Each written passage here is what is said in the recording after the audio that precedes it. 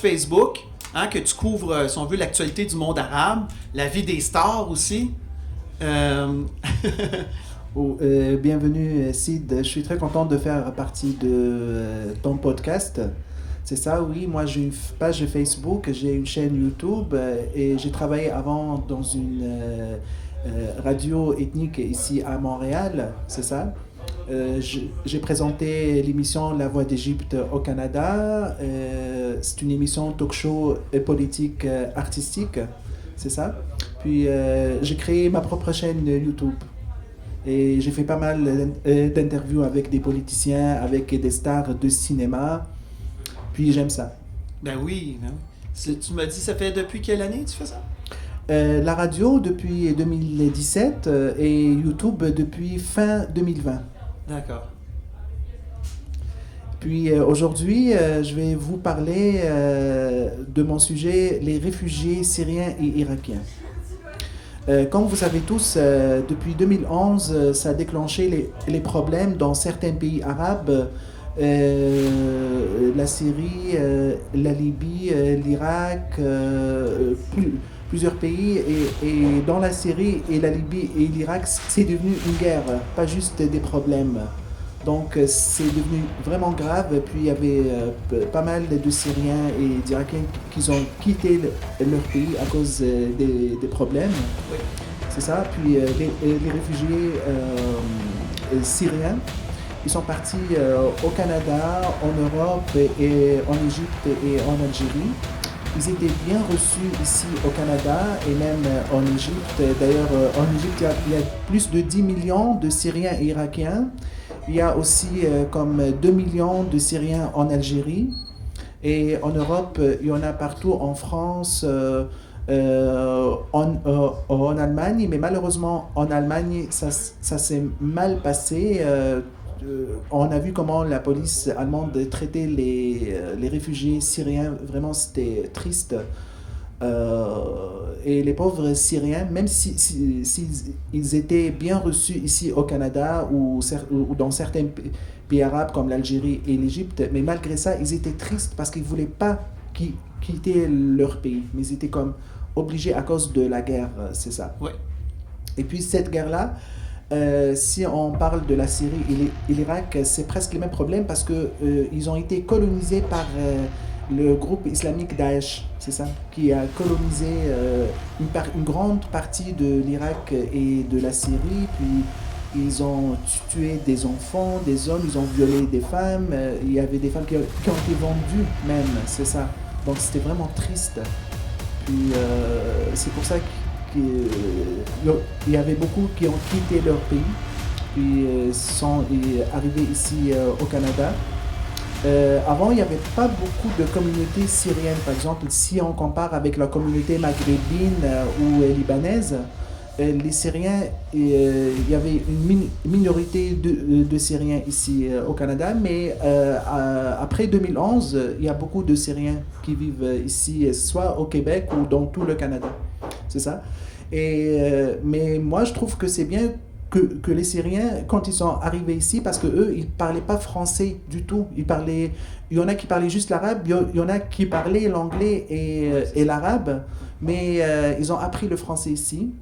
Puis il y en a qui sont intégrés avec la vie québécoise, mais il y en a qui sont encore, qui vivent dans certains quartiers arabes ici, comme Jean Talon ou Ville Saint-Laurent, c'est ça.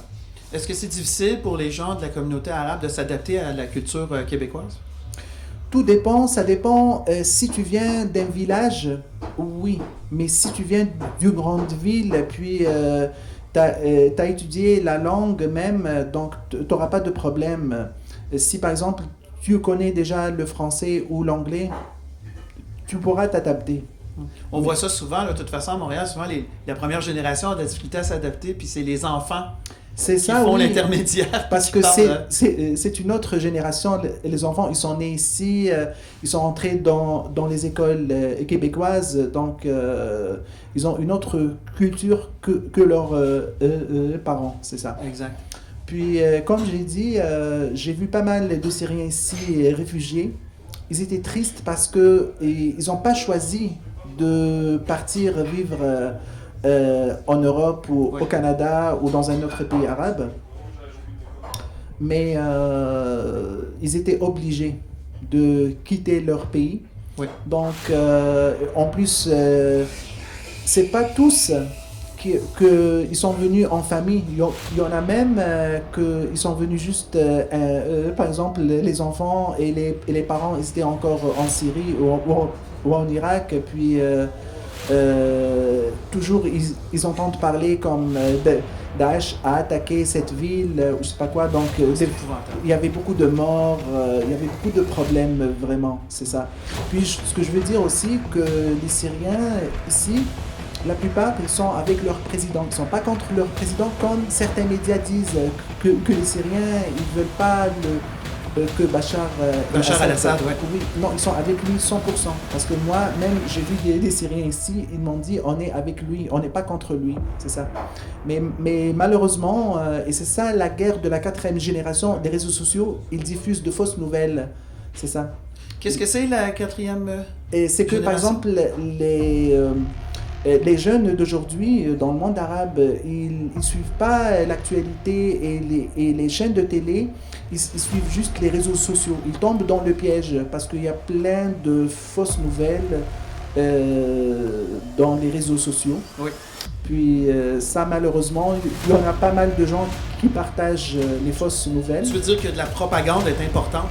Oui, parce que il y a des pays, par exemple, ils font ça exprès. Pour combattre un pays, ils le combattent à partir des réseaux sociaux, c'est ça. Puis même, il y a des chaînes de télé qui diffusent que des fausses nouvelles pour que le monde occidental, par exemple, quand il veut apprendre une nouvelle sur un pays arabe, il ne voit pas la vérité, c'est ça. Oui. C'est ça. Moi, ce que j'avais lu aussi, c'est que l'OTAN, en fait, les Américains s'étaient pratiqués dans la guerre de Sarajevo et qu'ensuite, il y avait vraiment un plan de division parce qu'il y avait Kadhafi au Libye qui voulait rassembler les pays africains. C'est vrai. Puis rassembler les pays ensemble pour le pétrole, pour qu'il y ait le monopole sur le pétrole au lieu d'être divisés. Tu sais. Puis même il y avait un plan ils ont préparé ça en 2005, hein, tu sais 2011, ça a été pas c'est pas venu comme ça, non. Ça a été préparé depuis 2005 et puis oui, nous dans le monde arabe on n'appelle pas ça le printemps arabe, hein, on appelle ça l'automne hébreu.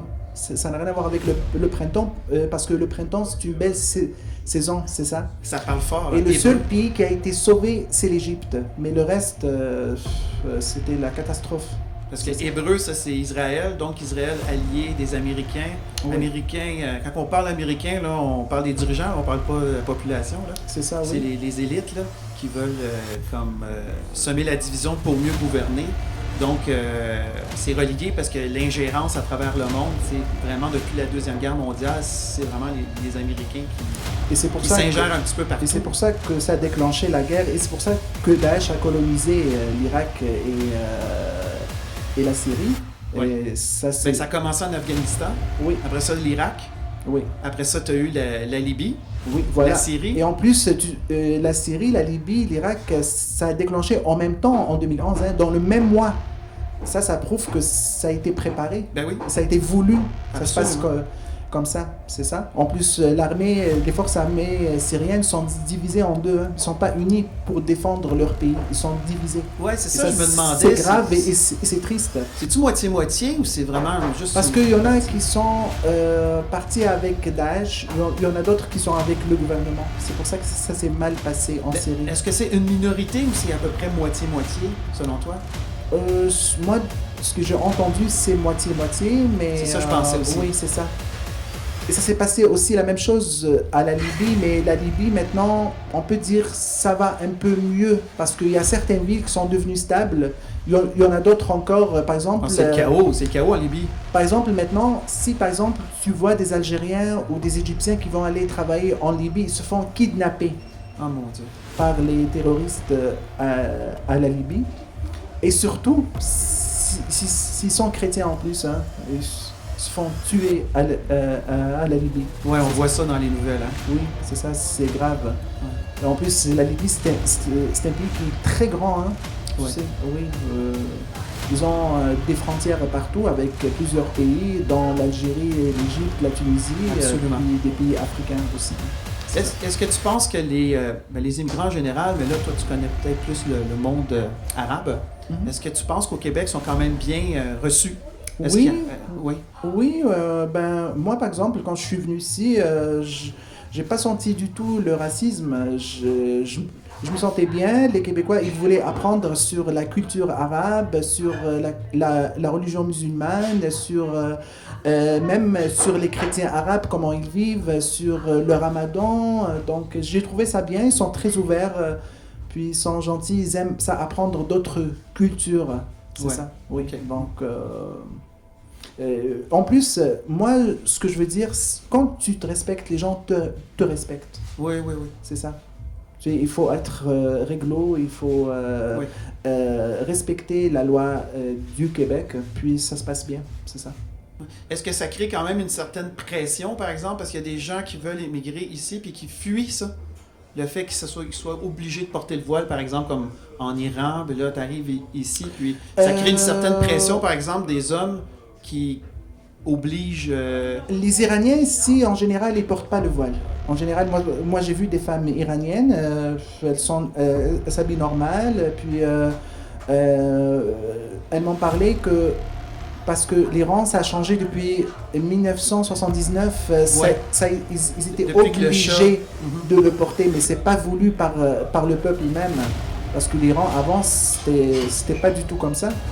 Donc c'est pour ça qu'ils sont émigrés partout dans le monde, c'est ça. Donc il y avait même les filles du roi de l'Iran avant 1979 qui sont parties en Égypte Ah pour, oui. pour vivre parce qu'elles n'ont pas accepté ça de porter Ah oui? le voile et tout ça. En quelle année, ça? C'était en 79 quand il y avait la révolution. Ok. En 79, c'est Ok, ça. ok. Donc, mais comme j'ai dit, moi personnellement, j'ai pas vu ça, le racisme. J'entends parler à des gens qui disent quand ils, par exemple, déposent leur CV, Ah oui. il faut qu'ils changent leur nom pour trouver du travail. J'ai entendu parler, mais moi personnellement, j'ai pas eu de problème avec ça. Ouais, je comprends. Ouais. C'est ça, je me pose toujours des questions concernant ça parce que des fois, ce qui est pas pratique, c'est par exemple, si tu viens d'un autre pays et tu as un nom qui est difficile à prononcer, je peux comprendre qu'il y en ait qui aient envie de changer de nom. Parce que, Mais oui. tu sais, par exemple, ici, je trouve qu'il y a plusieurs cultures. C'est pas juste des Arabes, il y a des Européens comme des Italiens aussi. Leur nom, c'est pas facile à prononcer. Il y a des Chinois, il y a des Africains noirs, il y a des Africains arabes. Il y a toutes sortes de... Oui, mais quand même, je vais vous prendre comme exemple, tu sais, vous avez quand même diminué parce que vous avez des noms composés, puis vos noms sont quand même plus longs que... tu sais, Oui, moi, je oui. vous appelle quand même par vos prénoms qui est un diminutif parce que regarde, tu peux te dire à l'audience, c'est quoi ton nom? Oui. Moi, c'est Ahmed Chauki.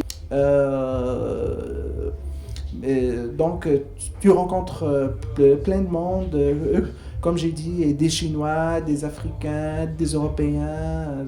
Ouais, c'est multiculturel, surtout à Oui, Montréal. c'est ça, oui. Mais Montréal, c'est particulier, parce que c'est pas comme ça partout au Québec, là. Oui, c'est ça. Puis, mais comme j'ai dit, je ressens pas ça, le racisme, c'est ça. Donc, Là, c'est quand même assez ouvert, oui, c'est ça. multiculturel. Oui. Mais c'est une bonne comparant- chose. C'est une Ben bonne oui. chose quand même. Ben oui, c'est ça. Ouais. C'est ça que j'ai dit. Moi, mon message aux immigrants, c'est que Pour conclure, apprends à respecter les autres, puis apprends sur la culture du pays où tu veux y aller, et en même temps, garde ta culture, parce que c'est très important de garder sa propre culture, de respecter sa culture. Oui. Ça, c'est très important. absolument. Ben oui. On doit s'adapter au pays. Oui, voilà, c'est C'est ça. important d'apprendre Et la langue. respecter la loi du pays. Parce que Exactement. comme je vois aussi les Européens, quand ils décident d'aller travailler dans les pays arabes, ils respectent les lois des pays même. Puis, par exemple, je te donne un exemple, l'Égypte, il y a plein de communautés françaises et italiennes qui vivent là-bas. Oui. Puis ils respectent le pays même, là où ils sont. Il y a beaucoup d'Américains aussi là-bas, il y a beaucoup C'est ça. C'est un pays où il y a plusieurs aussi nationalités Oui. qui travaillent là-bas. Puis ils respectent la loi égyptienne 100%. Oui. Donc aussi la même chose ici. C'est ça mon message aux immigrants ici au Québec. Ah, c'est bon.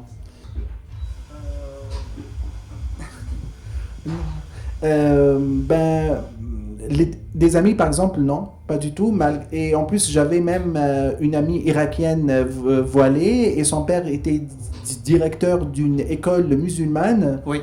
Et pas du tout. Elle n'a jamais eu de problème. OK. Fait que c'est pas si... autour de toi, c'est pas arrivé? Non. Et toi, Lémi? Pays? Écoute, on est des êtres humains comme partout dans le monde. Il y a de la jalousie dans le monde arabe. Il y a des gens qui aiment les gens, puis il y a des gens qui sont contents pour les autres, pour la réussite des autres. Et je voulais dire aussi une chose, Sid. Je suis tout à fait d'accord avec Lémi pour une chose, c'est que nous, par exemple, dans le monde arabe, avant 2011, on était un peu ignorants pour le côté politique. Ça nous intéressait pas beaucoup parce que tous nos pays étaient stables. Tu comprends? Oui. À partir de 2011, on a changé complètement. Moi, par exemple, comme journaliste, je m'occupais juste du côté artistique. Donc, je ne m'intéressais pas du tout à la politique. Depuis 2011, j'ai changé complètement. J'ai une grande culture politique. C'est pour ça que j'anime une émission talk-show politique, c'est ça. Ouais. Et puis, c'est bien d'apprendre sur les autres pays. Et c'est bien de savoir la vérité. Et Absolument. jamais tu juges un pays sans faire des recherches. Je vais te donner un petit exemple. Quand il y a eu 2011, il y a pas mal de pays qui étaient en train de dire des fausses nouvelles sur l'Égypte, surtout depuis la révolution du 30 juin 2013. Il y a un Français qui est parti en Égypte, il a vu que le pays se développe, le pays est très stable, et le commerce marche très bien, il n'y a pas de terrorisme, il n'y a pas de peur. Il dit pourquoi nos médias ils ne montrent pas ça? Parce que c'est voulu, c'est ça. Parce que l'Égypte a réussi et elle n'est pas tombée dans le piège comparativement à d'autres pays. Voilà, arabes, c'est ça. Ouais. C'est ça. Donc c'est pour ça que je dis, il faut toujours apprendre sur les autres pays. Et c'est bien de voir l'actualité, de s'intéresser à d'autres cultures. Absolument. Ça, c'est primordial.